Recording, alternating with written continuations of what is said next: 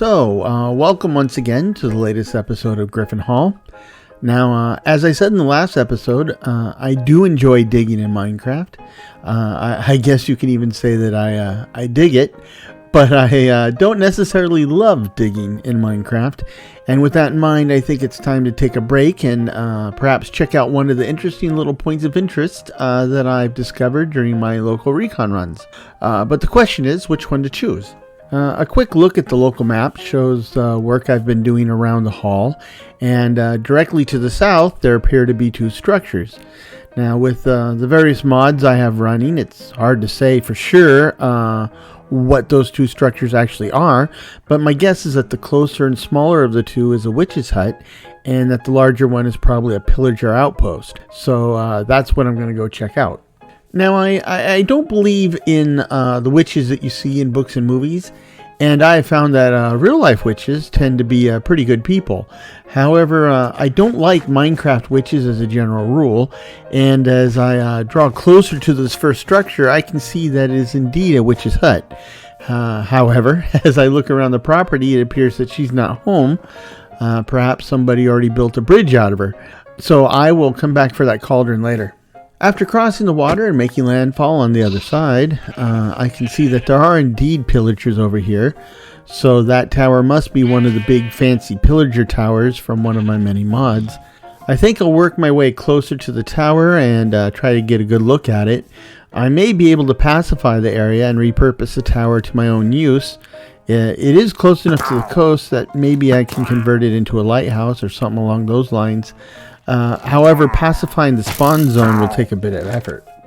As I draw near to the outpost, I see that it is indeed one of the new Pillager Outpost designs, and while it is fairly impressive, it has a lot of random and indistinct detail, so I don't think I would be able to repurpose it in any meaningful way and still have it fit in the general vibe and flavor of my world. So I need to get in there and see if there's anything especially valuable, and then try to prevent pillagers from spawning in the area. And once I'm not constantly dodging pillagers, I can figure out what to do with the outpost itself. I blocked off the entrances to the outpost, and as I work my way up the tower, I am finding very little of real value aside from a golden apple I found in a random chest, and now some books. I can hear the telltale sounds of an LA, but I've never been particularly thrilled with them. The fact is I've never really found them to be particularly useful. There you go, little fella. Be free. The outpost itself is secure, and now that I've been through it and taken a good look, I think it needs to go. It will take a lot of work to bring it down, and the unusual vertical layout will mean that at some stages a lot of material will probably fall to the ground, and I'll have to go down there and deal with the backlog of spawn villagers that will undoubtedly zerg me when I get down there to retrieve the stuff. Therefore, pacifying the area will soon be my top priority. Now, pillagers will continue to spawn in a 72 by 54 by 72 area, which is centered on the top of the outpost itself, even if the outpost is no longer there. Lighting up the area will not be enough, so I'll need to basically prevent spawning by filling all the spawnable surfaces with slabs or other similar blocks that prevent normal mob spawning. However, now that I think about it, that may be a huge pain in the butt. 72 blocks by 72 blocks gives me a surface area of 5,184, and that would still require 2,592 blocks to create enough slabs to cover that area. And it'll take some time to lay down over 5,000 slabs, with pillagers spawning all the while. Now, there's plenty of material in the outpost itself, so that may be enough, or at least close to it. Now, my kit's all netherite, so I'm not really too concerned about being killed, but on the other hand, progress will be very slow with the nearly constant distractions. Luckily, the inside of the outpost seems to be curiously pillager-free. Perhaps somebody left the milk out and it turned sour, and the other residents are staying outside until the smell clears. And since there seem to be so few pillagers actually spawning in the outpost, I think I'll just start at the top and start working my way down. It is a nice view from up here, and for a while at least, I will probably be too high for the pillagers to look up and notice me, or take potshots at me. So I've been at this for a while, and while I do enjoy mining, I am less thrilled with this kind of demolition. The problem is largely one of inventory control. When I'm mining, I eventually have to stop to empty my pockets, but they're mostly full stacks of a few different types of dirt or stone. However, in this case, my inventory fills up rapidly with very few full stacks. And instead, many of the items taking up space are stacks with less than 10 items in them.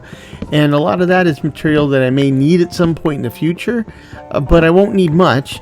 And I don't want to have to deal with the logistical mess of sorting and storing until someday in the future when I might need one or two of them.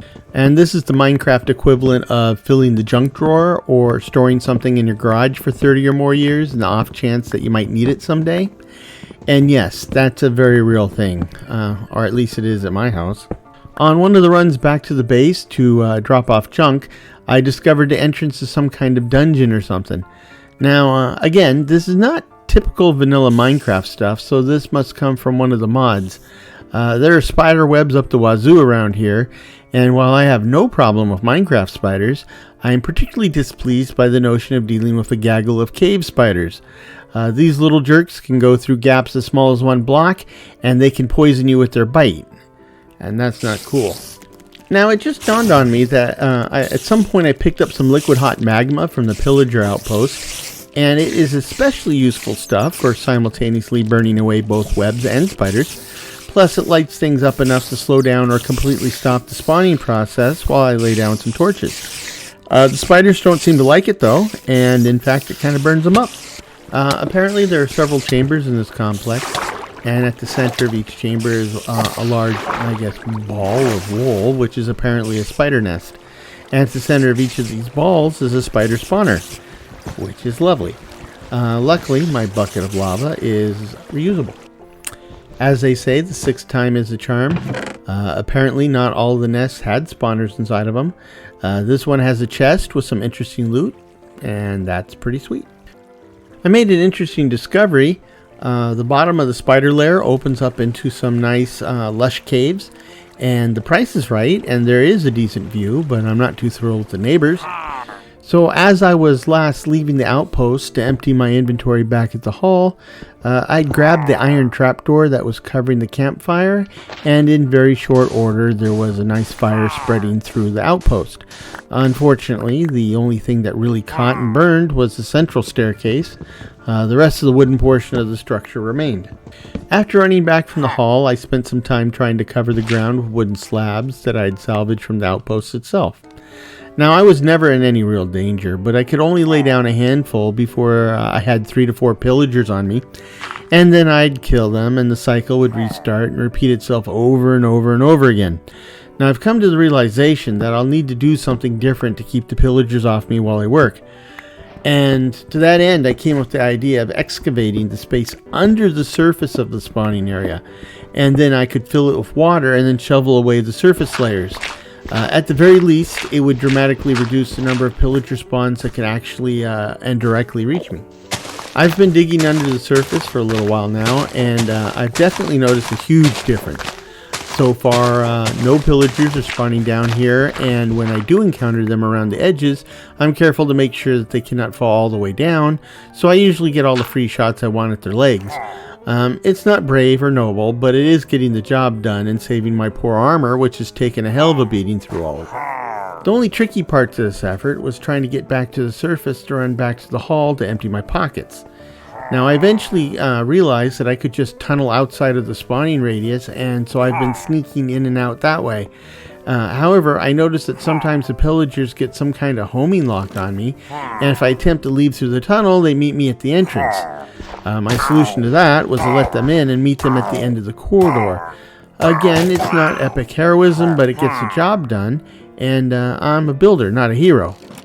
A short while later, I remembered that I was still carrying around a bucket of liquid hot magma, so I decided to switch my tactics a little and put the lava to good use. The spawning area is almost completely excavated. I occasionally have pillagers spawn down here with me, especially around the edges, so I'm starting to flood the space earlier than I originally planned. As the edges become more flooded, the space where pillagers can spawn will be drastically reduced. The flooding's going well, and I've already started removing surface layers over some of the flooded space to see if that's going to work as I expect it to. As there's less and less valid space within the spawning zone, the number of pillagers popping up should dwindle and eventually reach zero. As I've been working on this, I've been thinking about the next step. I think what I'll do is I'll open the spawning zone to the sky, but keep it flooded to prevent spawns, and then I'll finish bringing down the outpost, and then I'll build the lighthouse where the current outpost is. Then I will gradually fill in the surrounding area, but as I do, I'll be sure to fill it with blocks and items that will prevent spawning once it's all finished. A flower garden with paths running through it could work, but the problem that I keep running into is the size of the spawn area. The lighthouse, after all, will just be a little rural lighthouse, and it would seem a tad weird or out of place to have it surrounded by an acre or more of flowering gardens. But I'll figure it out when I get to that point. This completes the removal of the surface layers, and now it's time to return to the outpost itself to finish the salvage operation. If you've been keeping up with this series since the beginning, you're probably aware that I'm a bit of a planner. I plan and I design, and then I execute. However, in this effort, I've been just winging it. I'm flying completely in the dark, and I just barely have an idea what I'm going to do at the next stage, and I'm often changing my mind on the fly. So it's a bit chaotic and out of control. It is definitely outside of my comfort zone, but I think it might be interesting to see how it all shakes out. It's time to make the donuts, or perhaps it's time to build the lighthouse. Whatever. I'm building from the center of the former Pillager Outpost. And for now, I don't need to worry too much about pillagers spawning, as the entire spawn zone is flooded, and as I put down dry blocks that they could seemingly spawn on, they can't spawn within 24 blocks of my location. So no pillagers are going to spawn unless or until I leave the area. As for the lighthouse itself, I will build a lighthouse with a small cottage for the keeper. Now, I'll use clay bricks as the main building material, and that will kind of force me to keep it small, as building anything out of clay bricks in a survival world is a bit of a pain in the butt. The limiting factor is the creation of clay, and then firing the clay into bricks, and then bringing the bricks back together to form blocks. Process nets you 1 block of bricks for each block of dirt, and I have literally mountains of dirt saved up, but all the processing in between is what slows it all down to a crawl. Now, I've come to realize that if I build the lighthouse where the outpost originally stood, the lighthouse would actually be a bit further inland than one would normally want, and it would not really be on any point or cliff that may pose an actual hazard to ships. In other words, it would seem kind of weird, fake, and contrived, and that's not really what I want to achieve here. So I think I will bring it all down and start over again on the actual coast. I had started building the new lighthouse on what would have been the restored shoreline, and then it dawned on me that I could just leave the spawning zone flooded and move the lighthouse again, but this time it would be on a point of land and actually serve some sort of relevance as an actual lighthouse. So here I am building the lighthouse in what will probably be its third and final home. I'll need to go in and roughen up the shoreline of the spawn zone so it looks more natural. And since the area will remain open water, I will need to lower the water level by 1 block to match the surrounding sea level. I had not worried about that when I started all this, as I intended to fill it all up with dirt again. But now the higher water level is a hazard in navigation. In fact, when I try to go up a level while in my rowboat, I wind up swamping the boat and it actually sinks with me in it. I had no idea that Minecraft boats could do that. Since I'm using brick, I'm going to sort of draw inspiration from the Georgian era or perhaps the early Victorian era. Now, Georgian architecture was pretty hard to do well at this scale with vanilla Minecraft blocks, but thanks to the homebrew mod pack I'm running, especially the Macaw's roof mod, I have more options and I think I can pull off the Georgian look. Lighthouses that era were not quite the same as the stereotypical lighthouses we think of today. This lighthouse will not be particularly tall or graceful, but it should still look like a lighthouse. I have also decided to build a small set of docks and probably an inn as well. At some point I will need to go retrieve my small ship, the Beagle, from where I left it when recovering my body from my first and rather ill-fated flight a while back. I ultimately decided to make the inn a tavern instead. It's just a single story, but there is plenty of space inside for tables and chairs, and a nice little kitchen for serving up fish and chips. The Lightkeeper's Cottage is also very nice and cozy, and particularly well furnished. And as you can see here, there are docks for small ships. At the moment, the overland route to this place is a bit rough, so I'm currently cutting across the water in a rowboat. But I think I will eventually extend a road to the village to the northeast, and then from there back to the hall.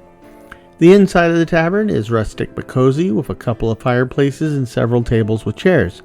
There is a small but fully functional kitchen and bar at one end of the building, and I normally stock places like this with several stacks of food, which will transform the structure from just an interesting curiosity or a bit of scenery into an actual supply depot. Now, this kind of thing is important to keep in mind when playing in survival mode, or if you just happen to like snacks. Any good tavern will have a cellar where they keep their supplies and the good stuff. Now, I've set up some crates of veggies down here and several barrels of the locals' finest. The Lighthouse Keeper's Cottage is small and homey, with a small sofa facing a warm hearth. Further back in the single room is a full kitchenette and a small sleeping space, complete with an oversized bed, nightstand, and wardrobe. At the far end of the room is a door to the lighthouse and the long climb to the top, where one could get a fine view of the surrounding country when the weather's nice. I got the beacon to rotate thanks to the Create mod. The sad thing about this rig is that once the contraption starts spinning, the redstone lamps quit producing actual light, even though they're clearly lit up. It's an incredibly simple device, but despite the peculiarities and contraptions, I think it still turned out really well. And this finishes what was supposed to be a short diversion from building. I think I will name the little area Pirate Cove as a nod to the former Pillager occupants, and that makes this the Pirate Cove Lighthouse, and I've named our little tavern the Sea Witch. For the next episode, I will return to the hall. I still have a performance problem in the workshop area, and I think I might want to see what I can do to modify my design to improve that situation. I've already done a little investigation into the problem, but I'll save that discussion for next time. In the meanwhile, I hope this finds you and yours in good health and good spirits. Take care, and until next time, cheers.